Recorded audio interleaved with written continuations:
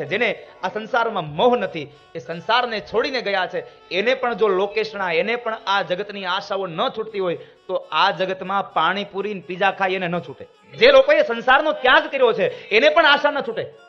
એટલે તો આદિ ગુરુ શંકરાચાર્ય મહારાજને લખવું પડ્યું, અગળે વહની પૃષ્ઠે ભાનું, એક ચારે બાજુ અગ્નિ તપાવે, મધ્યમાં બેસી જાય, ઉપરથી ભગવાન સૂર્ય તપતા હોય. અગ્રે વહની પૃષ્ઠે ભાનું, કરતલ ભિક્ષા તરતલ વાસુ.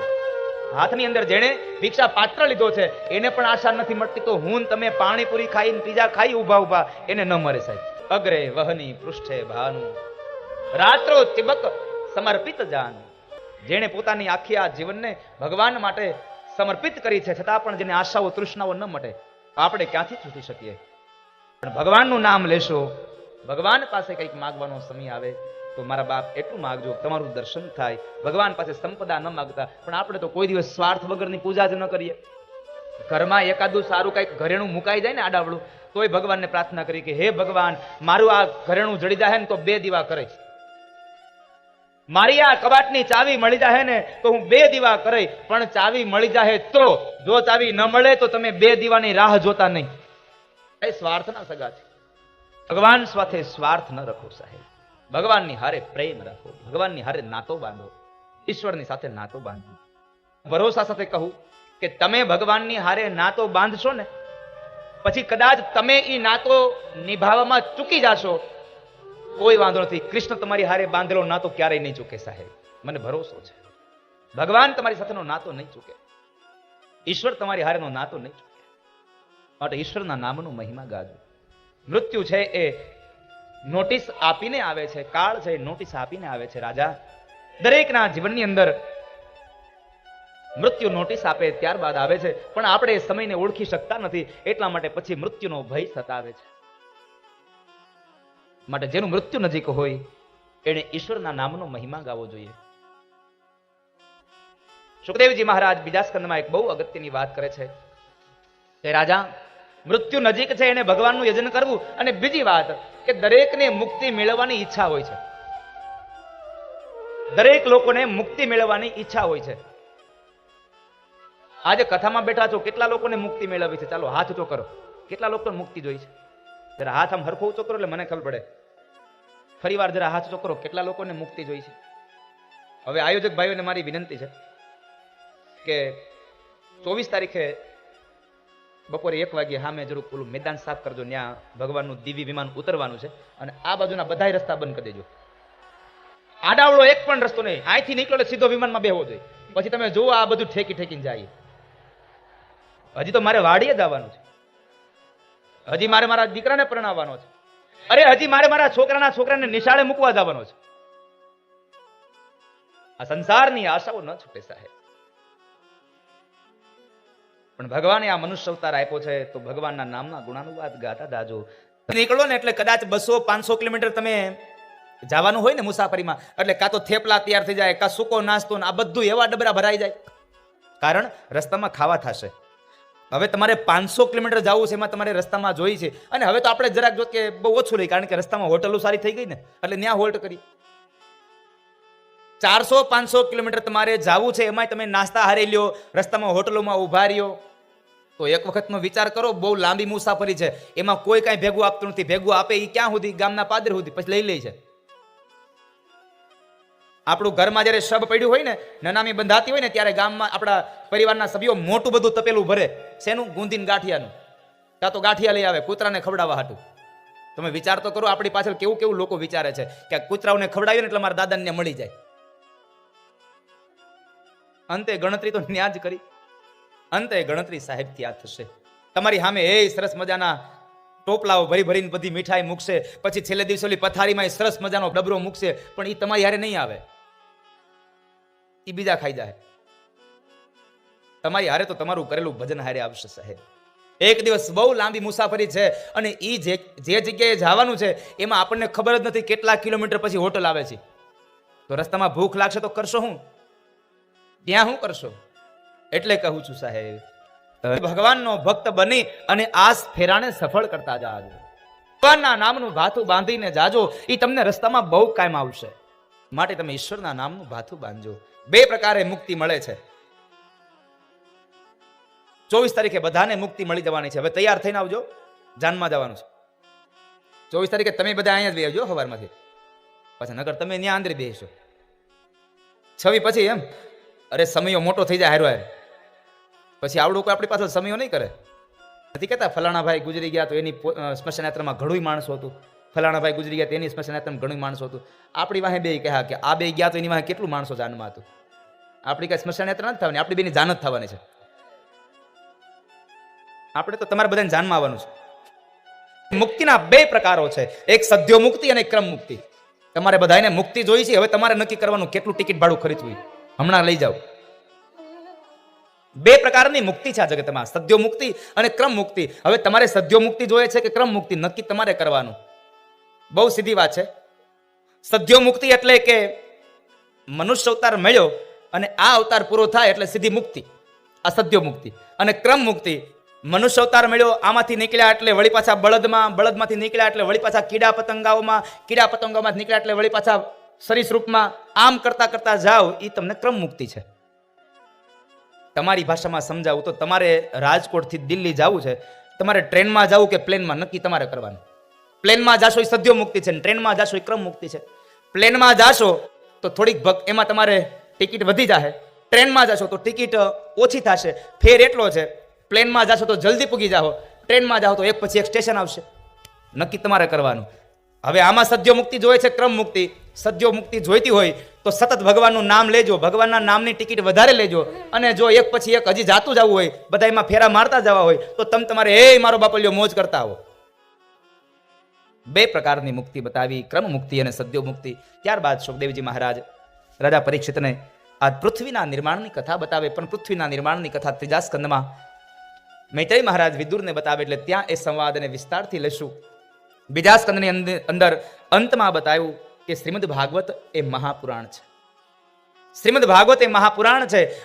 અને જો પુરાણ હોય તો એના 5 લક્ષણો હોય, પણ આ તો મહાપુરાણ છે, એટલે 10 લક્ષણો બતાવીને બીજા સ્કંદની પૂર્ણાહુતિ તરફ જાય. બીજા સ્કંદની અંતમાં ભાગવતકારે પોતાના લેખની દ્વારા લખ્યું કે શ્રીમદ ભાગવત એ મહાપુરાણ છે અને મહાપુરાણના 10 લક્ષણો. તો આ 10 લક્ષણો ક્યાં? અને 10 લક્ષણોને વર્ણવવા માટે મહર્ષિ વેદવ્યાસ બોલ્યા છે. સર્ગ, વિસર્ગ, સ્થાન, પોષણ, ઉતિ, મન્વંતર, ઈશાનું કથા, મન્વંતર કથા, 10 લક્ષણોની વાત બતાવી. એ 10 લક્ષણો એમાં મન્વંતર કથા, નિરોધ્ય કથા અને છેલ્લે મુક્તિ આશ્રયની કથા છે. સાહેબ 10 લક્ષણોમાં છેલ્લું એક લક્ષણ બહુ શ્રેષ્ઠ બતાવ્યું. સર્ગ ન મળે, વિસર્ગ ન મળે, સ્થાન ન મળે, પોષણ ન મળે, ઉતિ, મન્વંતર, ઈશાનું, નિરોધ્ય, મુક્તિ.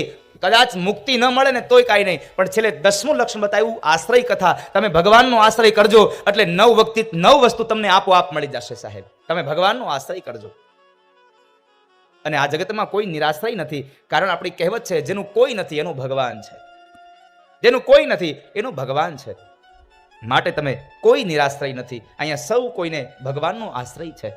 આ 10 લક્ષણોની વાત બતાવી. આ 10 લક્ષણો એટલે શ્રીમદ ભાગવતના 3જા સ્કંદથી લઈ અને 12મા સ્કંદ સુધીને આ નામ આપ્યા છે. સર્ગ, વિસર્ગ, સ્થાન, પોષણ, ઉતિ, મન્વંતર, ઈશાનું, નિરોધ્ય, મુક્તિ અને છેલ્લે આશ્રય. આ 10 મહાલક્ષણોને 3જા સ્કંદથી લઈ અને 12મા સ્કંદ સુધી નામ આપ્યા. તો આપણને એમ થશે કે ભાગવતના 12 સ્કંદ છે અને 12 સ્કંદની અંદર શા માટે આ 10 સ્કંદોને નામ આપ્યા? તો આગળના 2 સ્કંદનો શું વાક? એને કેમ નામ ના આપ્યા? એને પણ નામ આપ્યા. પેલો સ્કંદ એ અધિકાર લીલા, બીજો સ્કંદ એ સાધન લીલા. અધિકાર મળે એટલે સાધન મળે, સાધન મળે ત્યાર પછી સર્ગ, વિસર્ગ, સ્થાન, પોષણ, ઉતિ, મન્વંતર, ઈશાનું, નિરોધ્ય, મુક્તિ અને છેલ્લે આશ્રય કથા મળી જાય. સાહેબ માટે સૌપ્રથમ તમે અધિકારી બન્યા, ત્યારબાદ તમને ભાગવત રૂપી સાધન મળ્યું અને હવે તમને બધાને મુક્તિની ગાથા મળશે, તમને મુક્તિનો માર્ગ મળશે. તો એ બીજા સ્કંદની પૂર્ણાહુતિ કરી અને એ બીજા સ્કંદનું પુણ્યફળ ભગવાન ભાગવતના ચરણારવિંદમાં સમર્પિત કરીએ અને 3જા સ્કંદમાં પ્રવેશ કરાયો. બોલો કૃષ્ણ કનૈયા લાલ કી, બોલો બાલ કૃષ્ણ ભગવાન કી. આખા ગામને મારી વાણી ગમી, પણ આ કોઈને ન ગમી. હવે તો હાથ ઊંચા કરીને તાળીઓ વગાડો. હજી મારે એક વાત કરવી છે આપને. 18/3/18 સાંકળી મુકામે કથા શરૂ થઈ. કેટલાય લોકો અહીંયા નિર્વ્યસની બનશે. તો આ કથા પૂરી થઈ જશે 24 તારીખે. તમારા લોકોની જો ઈચ્છા હોય તો હું તૈયાર છું 21/3/21 જે લોકોએ વ્યસન આજથી મૂક્યા છે ને, જેટલા રૂપિયાના માવા ખાતા હતા ને એટલા રૂપિયા તમે ગલ્લામાં ભેગા કરતા જાઓ. 21ની સાલ આવશે ને ત્યાં કથા માટેના તમામ પૈસાઓ તૈયાર થશે. વળી પાછી ગીગા ગપ્પાના સાનિધ્યમાં કથા કરીશું. જેટલા રૂપિયાના દરરોજ માવા ખાતા હતા એટલા રૂપિયા વળી પાછા દરરોજ ગલ્લામાં ભેગા કરતા જાઓ. 21ની સાલ આવશે ને ત્યાં તમારી કથામાં કોઈ પાસે ફાળો નહીં માગવો પડે. સમજો છો ને? અને ત્યારે આનાથી મોટો મંડપ નાખશું. પાછા જોજો, પાછા મને ભૂલતા નહીં.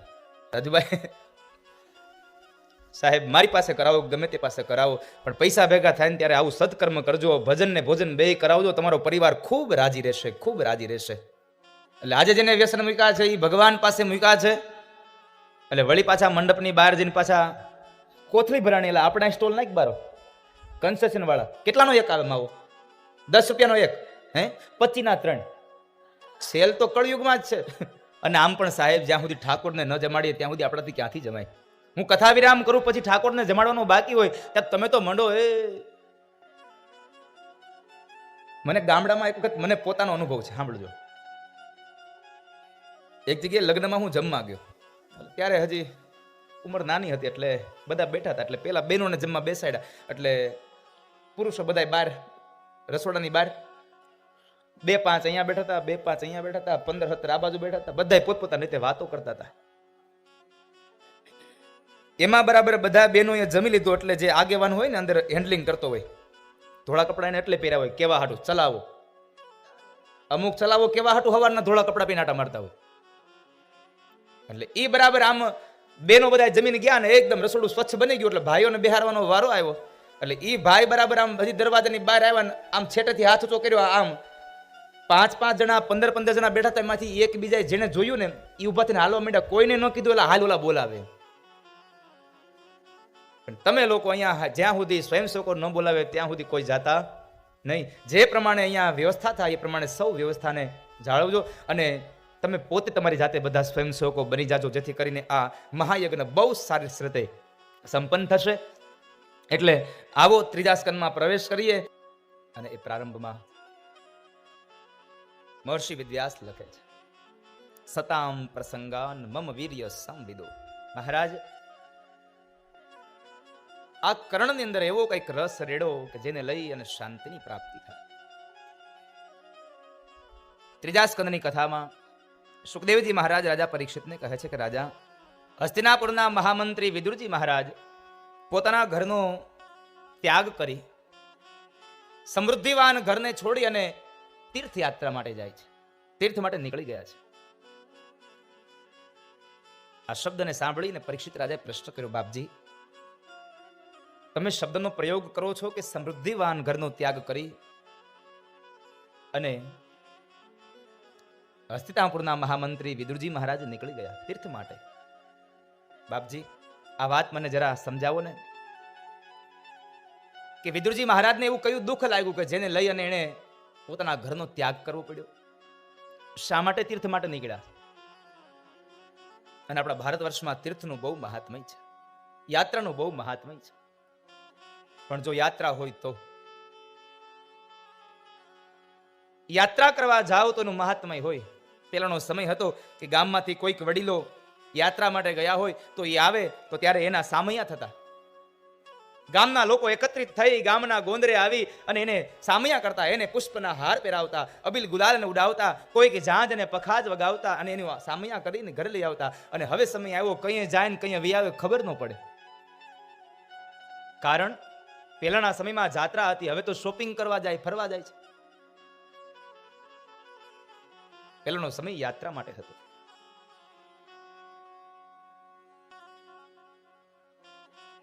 યાત્રાનું બહુ મહાત્મય છે. કારણ કે તમે તીર્થમાં જાઓ તો તમારાથી થયેલા દરેક પ્રકારના પાપો તીર્થમાં જવાથી તમારા પાપોમાંથી તમને મુક્તિ મળે છે. પાપમાંથી મુક્ત થવા માટે તીર્થમાં જવું. જે માણસ તીર્થમાં જાય એ માણસના પાપો બળીને ભસ્મ થાય. ગંગાજીમાં નહાય તો ગંગાજીમાં નાવાથી એના પાપો બળીને ભસ્મ થાય. માણસ પવિત્ર બને છે. માટે તીર્થમાં જઈ અને સ્નાન કરવું. પણ એક વાતની ખાસ સાવધાની રાખજો કે તમારું અન્ય ક્ષેત્રમાં કરેલું પાપ તીર્થમાં જવાથી ધોવાઈ જશે. પણ જો તીર્થમાં પાપ થઈ જશે તો તીર્થમાં થયેલું પાપ વજ્રપત્રમાં લખાઈ જશે, એને ભગવાન પણ નહીં ભૂસી શકે સાહેબ, કારણ તીર્થમાં કોઈ પાપ ન થવું જોઈએ. એટલે વેદ અને પુરાણો કહે છે કે અન્ય ક્ષેત્રે કૃતમ પાપમ તીર્થ ક્ષેત્રે વિનશ્યતિ, તીર્થ ક્ષેત્રે કૃતમ પાપમ વજ્રલેપો ભવિષ્યતિ. તમારું અન્ય ક્ષેત્રમાં કરેલું પાપ તીર્થમાં જવાથી ધોવાઈ જાય છે, પણ તીર્થમાં જઈને જો કોઈ પાપ કરે તો ક્યારેય ભૂસાતું નથી, એને ભોગવવું જ રહ્યું. માટે આપ સૌને મારી પ્રાર્થના છે, જ્યારે જ્યારે તીર્થમાં જાઓ ત્યારે ત્યારે પાપ ન થઈ જાય એની કાળજી રાખજો. આ કથા મંડપ એ પણ એક મોટું તીર્થ છે, માટે આ કથા મંડપમાં પણ કોઈ પાપ ન થાય. આ કથા મંડપમાં આવી અને કોઈ મારીને તારી વાતો ન કરશો. વાતો કરવાની ઈચ્છા થાય તો બસ કૃષ્ણની વાતો કરજો, બાપ હરિની વાતો કરજો, સત્સંગની વાતો કરજો. તમારું જીવન ધન્ય બનશે, તમારું જીવન શ્રેષ્ઠ બનશે. તીર્થયાત્રાનું બહુ મહાત્મ્ય છે. સાંભળ રાજા, શા માટે ગયાની વાત કહું.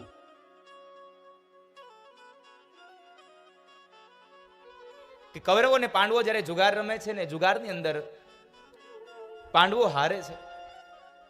12 વર્ષનો વનવાસ અને 13મું વર્ષ ગુપ્તવાસ. 12 વર્ષનો વનવાસ મળ્યો, વનવાસ પૂર્ણ થયો અને 13મું વર્ષ જ્યારે ગુપ્તવાસમાં આવે છે ત્યારે ગુપ્તવાસની અંદર એ પાંડવો રહ્યા છે, દ્રૌપદી રહ્યા છે. તમે વિચાર તો કરો, એ બાણાધારી અર્જુન, એ ગદાધારી ભીમસેન, ધર્મરાજ યુધિષ્ઠિર, હજારો લોકોની બનાવેલી રસોઈને એકલો ખાઈ જાય એવો ભીમ. ગરજ હતી તો બધું કર્યું સાહેબ.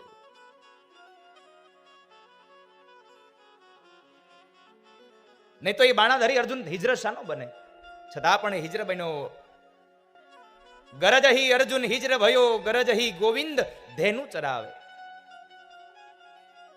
ગરજ હી દ્રૌપદી દાસી ભઈ, ગરજ હી ભીમ રસોઈ પકાવે. ગરજ છે આ બધાઈને.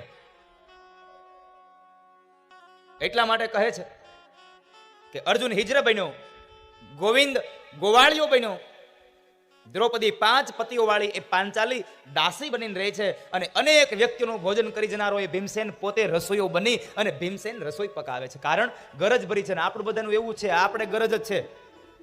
હા, ગરજ ન હોય તો આપણે આવીએ નહીં, જાવીએ નહીં. ગરજ ભરી સબ લોગન મેં, ગરજ બિન કોઈ આવે ન જાવે. અહીંયા તો બધાને ગરજ છે. અમે જાશું તો અમારી ઘરે પ્રસંગ હશે તો કોઈક આવશે, નહીં તો કોણ આવશે?